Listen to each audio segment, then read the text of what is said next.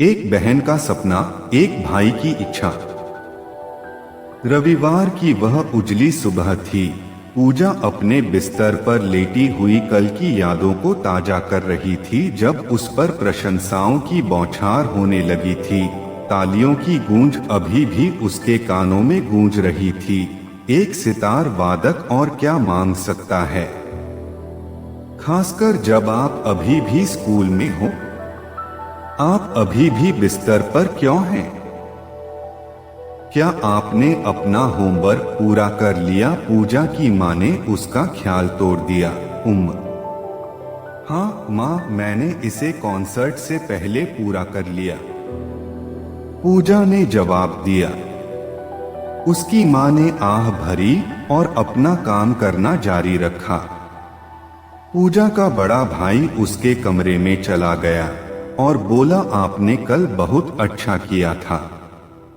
मुझे यकीन है कि एक दिन आप प्रसिद्ध सितार वादक बनेंगे और पूरी दुनिया आपका नाम जानेगी। उनका सीना गर्व से चौड़ा हो गया। पूजा ने बुदबुदाते हुए कहा, मैं इस बारे में निश्चित नहीं हूँ। माँ चाहती हैं कि मैं अपनी पढ़ाई पर ध्यान दूं, परीक्षाएं भी नजदीक हैं। मुझे अभ्यास के लिए मुश्किल से समय मिलता है और आप जो कह रहे हैं उसके लिए बहुत अभ्यास की आवश्यकता होगी। आप दोनों के लिए समय निकाल सकते हैं। चिंता मत करो, तुम एक दिन वहां पहुंचोगे। पूजा के भाई ने अपनी आंखों में आश्वासन और स्नेह के साथ कहा। उन्होंने उन दिनों को याद किया जब उन्हें अपने पिता की असामयिक मृत्यु के बाद नर्तक बनने का अपना सपना छोड़ना पड़ा था। हालांकि उसने हाल ही में एक कंपनी में काम करना शुरू किया था, लेकिन वह स्कूल में जीती गई कई प्रतियोगिताओं को कभी नहीं भूल सका। कुछ महीनों बाद जब परीक्षा परिणाम आए तो पूजा के मन में मिश्रित भावनाएं थीं। उसे खुशी थी कि उसने अच्छा किया, लेकिन यह भी जानती थी कि कॉलेज का समय हो गया है। दिन ब दिन पूजा को लगने लगा कि उसका सपना उससे दूर होता जा रहा है। मुझे पता था कि तुम अच्छा करोगी। जब उसके भाई को पूजा के ग्रेड के बारे में पता चला तो उसने उसे बधाई दी। धन्यवाद भाई, मुझे लगता है कि अब अपने सपने को अलविदा कहने और पढ़ाई को अधिक गंभीरता से लेने का समय आ गया है, उसने धीमी आवाज में उत्तर दिया।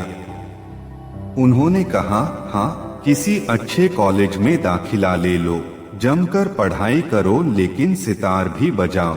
आओ, मैं तुम्हें कुछ दिखाना चाहता हूँ। वह उसे अगले कमरे में ले गया, जहाँ मेज पर एक सितार पड़ा था, जिस पर लिखा था कि उसे बजाना कभी बंद न करें। वह अपनी बहन को सितार उपहार में देने के लिए हर महीने पैसे बचा रहा था। आपके लिए है, मैंने सप्ताहांत के दौरान आपके लिए सितार पाठ की भी व्यवस्था की है, उन्होंने कहा। पूजा को समझ नहीं आ रहा था कि क्या कहे, लेकिन उसके आंसुओं ने सब कुछ कह दिया। उसे गले लगाते हुए उसके भाई ने हंसते हुए कहा, आप मुझे अपने संगीत समारोहों के लिए मुफ्त टिकट देकर भुगतान कर सकते हैं। पूजा ने एक बड़ी मुस्कान बिखेरी।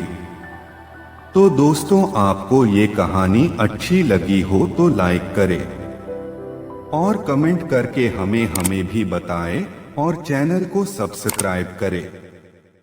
धन्यवाद।